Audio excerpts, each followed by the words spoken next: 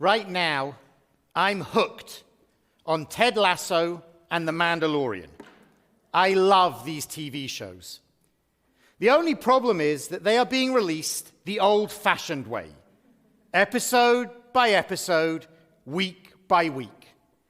And while there's probably something to be said for the delayed gratification that comes with this broadcasting strategy, I'm impatient. I end each episode wanting more, eager for another installment, desperate to know how the story ends. I need to know what happens to the characters that I love. I'm waiting for Wednesday and my weekly fix. In my family, there is another weekly installment that I wait for, much more important than any TV show, and about people that I love much more than those characters. We have a family WhatsApp group simply labeled Mishpacha, the Hebrew word for family, and it includes family members in England and in Israel. Over the last several weeks, alongside photos of the family and general updates, every Saturday I wait for the photo of my uncle, aunt, and cousins attending rallies against the current Israeli government. And it's not just on the weekend. Different types of protests are taking place on an almost daily basis at colleges, schools, businesses, even amongst members of the army. I will be honest, after the initial reports and pictures from protests in Tel Aviv, I imagined that people would lose interest and it would be left to a small, hard core to continue fighting the government. How wrong I was. On a weekly basis, the numbers have increased and the protests have expanded. The people taking to the streets in Tel Aviv, Jerusalem, Haifa, and across the country recognize that they are in the fight for the very future of Israel, for its survival as a Jewish democratic state. This is a moment of existential crisis, and we cannot sit silently and passively in this moment of potential disaster for the state of Israel. For those who have been following, in November, Israel's political deadlock was finally broken as Benjamin Netanyahu and his allies received 48% of the vote in the election. Due to certain parties falling below the electoral threshold, this translated into 64 out of the 120 seats in the Knesset and a decisive majority.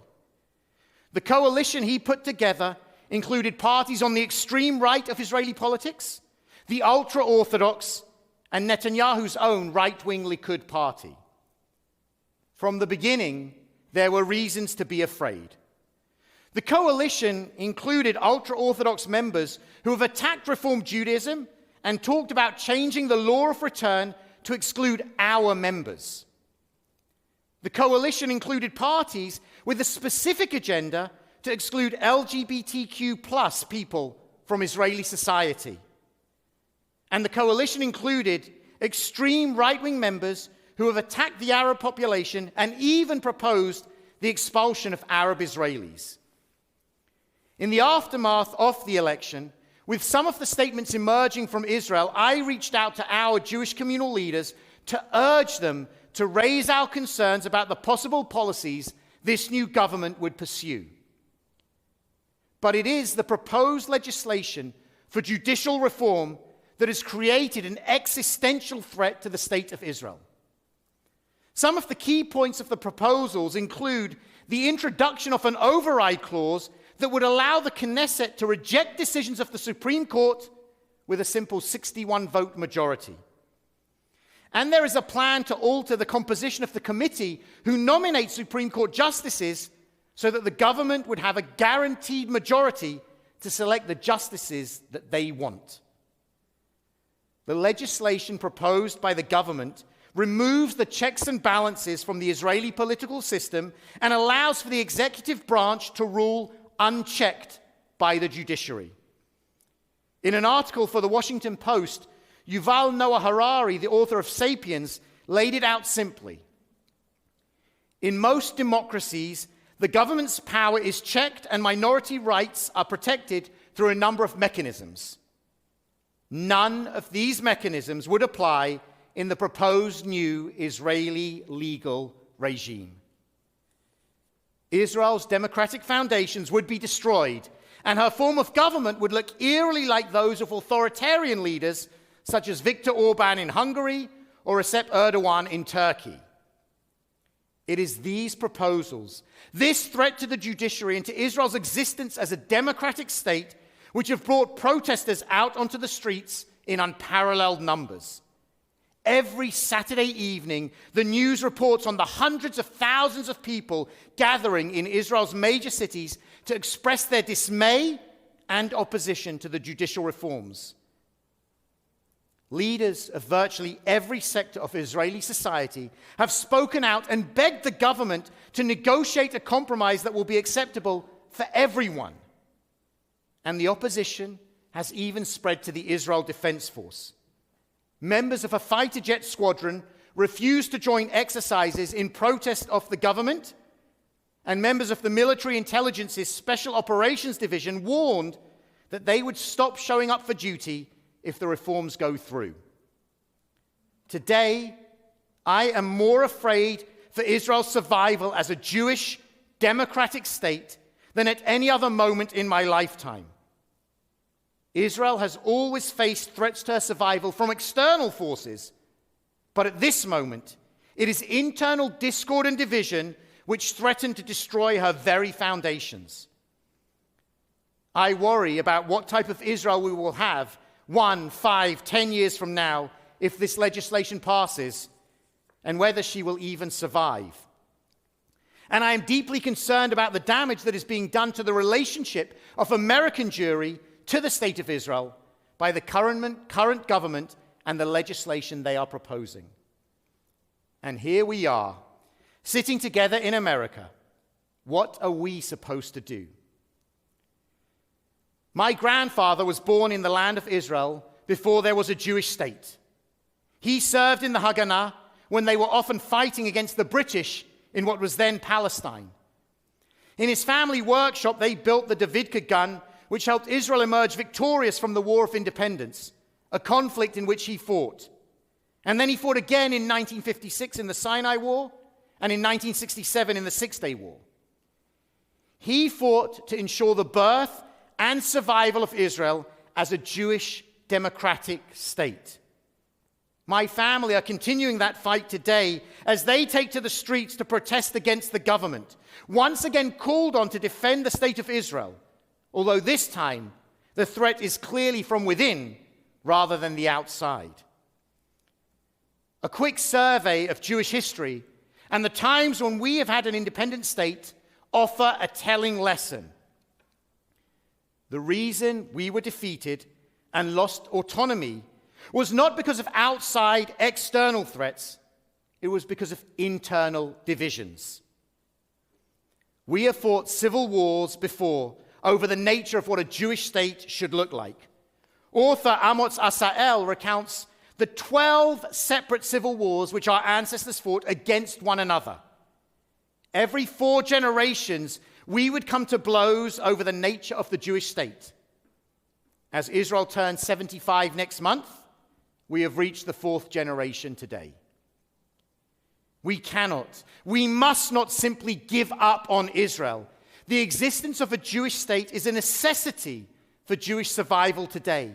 The strength of Jewish communities around the world today is because of the work of leaders in the diaspora, but also because we have a vibrant, democratic Jewish state in the land of Israel to unite us, to motivate us, and to inspire us.